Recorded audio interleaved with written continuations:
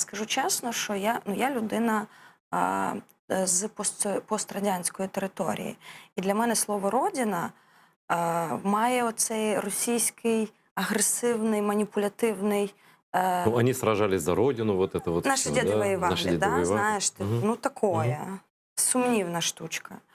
А, і і я відчуваю себе, оскільки Україна довгий час була не пойми чим, Колонией.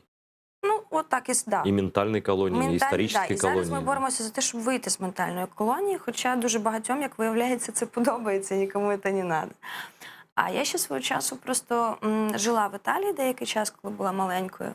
І я це все, і, скажімо, я не відчувала себе, ну, якщо тебе вдома не цінують, і дома якби, а твій дім це як проходной Ну, такий. как бы человек живет где лучше, да, вот как просто, да? Людина живе де краще, але дивися, це як така ментальна ссилка. У мене до другого Майдану більшість моїх друзів, які проживають в Україні, в Києві, і я в тому числі, всі були орієнтовані на якусь іншу культуру. Хтось Тяготел к Москве. Там, хтось до Москви, хтось до Індії, ходив в йоговських штанах із цяточками, хтось їздив в Ісландію і слухав Бьорк. Я свого часу намагалася мігрувати в Японію, вчила японську мову, японську історію. Ну і тусила з друзями, які типу на повному там серйозі. Що тебе вернуло в Україну? З Японії чи откуда? Дуже далеко.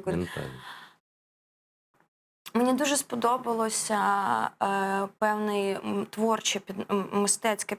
Дивись, до Революції Гідності мені здавалося, що в Україні в усіх сферах є такий постулат пострадянський. Чим ти гірше, радянський навіть, чим гірше, тим краще. Тобто те, що вчив Савок 70 років після того, як знищив всю Альфу репресіями, ну, фактично... Ну, інтелігенцію, понятно. Інтелігенцію, да, але це були військові, медики. Ну, інтелігенція буває різна, не тільки ваша творчість. Окей, все. Ви богема. Але більшість з них були чоловіками, і це були в основному, це була ініціативна група, це були альфачі. А потім 70 років людей вчили прикидуватись, доносити, бути підлими, не висовуватись, що люди скажуть. Ну і набор прекрасних істин, які, як на мене, суперечать еволюції, але допомагають створити моногамне, контрольоване стадо на території, коли у тебе різні народності. Ну, слава Богу, що в Україні все-таки далеко не на всіх це подействовало. Це слава Богу.